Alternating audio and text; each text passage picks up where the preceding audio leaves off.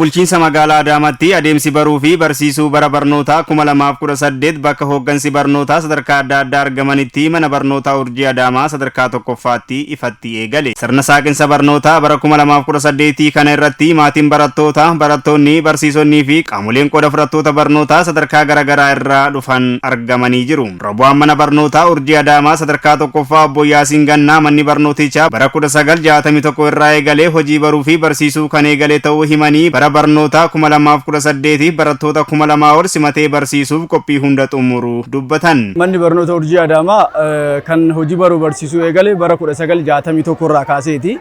Egaa bara 1961 hanga bara 1962tti nama dhuunfaa Leekun Maarqos jedhamutti hundeesse mana barnootaa kana. Egaa manni barnootaa kun bara sanirraa kaasee hanga bara kanaatti adeemsa baruu barsiisuu gaggeessaa jira. Egaa bara kana akka karooraatti barattoota 2465 dha kan nuti simannee barsiisuudhaaf karoorfanne.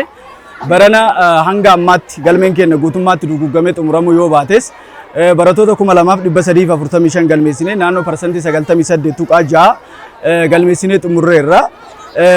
Akkuma isinis argaa turtan guyyaa har'aa bu'uuruma labsii ministeerri barnootaa fi biiroon barnoota Oromiyaa kenneen adeemsa baruu barsiisuu bara 2018 eegallee jirra jechuudha. Sagantaa saaqinsa barnootaa kana irratti kan argaman itti gaafatamaan waajjira barnootaa bulchiinsa magaalaa Adaamaa Obbo Darajjee Tasfaayee ergaa dabarsaniin baga bara barnootaa 2018 isin ga'ee jedhanii barnoonni bu'uura guddina dinagdee siyaasaa hawaasummaa fi madda qaroominaa biyya tokkoo waan ta'eef hojiin damee barnootaatiin hojjetamu ogeeyyii jiruu fi jireenya uummataa gama hundaan jijjiiruu danda'u waan ta'eef seektara xiyyeeffannoo guddaan kennamuufii qabuudha jedhan. Har'a manneen barnoota magaalaa Adaamaa keessaa qabnu kan mootummaas kan dhuunfaa hunda keessatti haala wal fakkaatuun hojiin baruu barsiisuudha eegalameera jechuudha. Kanaaf har'a immoo mana barumsa Urjii Adaamaa akka addaatti sagantaan kun asitti qophaa'ee maatiin barattoota kanaafis carraa argannee mana barumsaa kanatti ergaa dabarsuudhaaf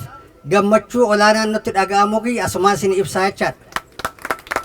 Bara barnootaa 2018tti akka magaalichaatti manneen barnoota mootummaa fi dhuunfaa 462 ol keessatti barattoota 200,000 fi 15,000 ol simatee barsiisuuf barnoonni fulbaana 5 ifatti kan saaqame ta'uu dubbatan. Bara barnoota 2018 akka magaalaa keenyaatti manneen barnootaa 462 ol keessatti barattoota 200,000 15,000 fi 961 simannee barsiisuudhaaf bara barnootaa kana qophii cimaa geggeessaa turreerra.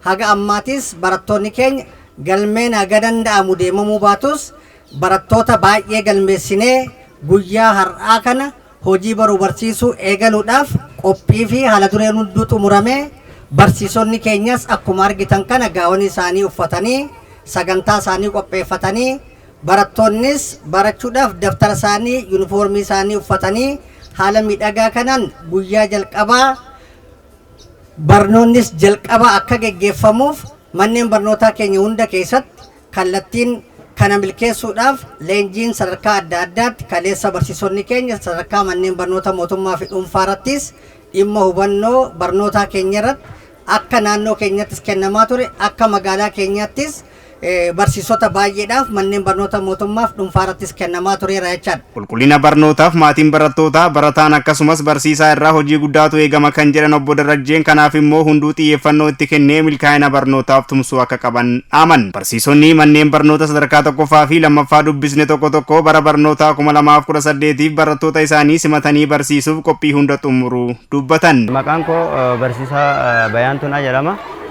Anis barsiisaa Ingiliffaati. Qophiin bara 2018 sirriitti qophoofnee jirra. Haala baruu barsiisuu milkeessuuf qophii gaarii gooneet barsiistonni kuuwwan illee karoora baafatanii qophii godhanii har'uma guyyuma har'aatirraa kaasanii gola isaanii barsiisuu akka jalqabanitti qophii akkasiitu jira.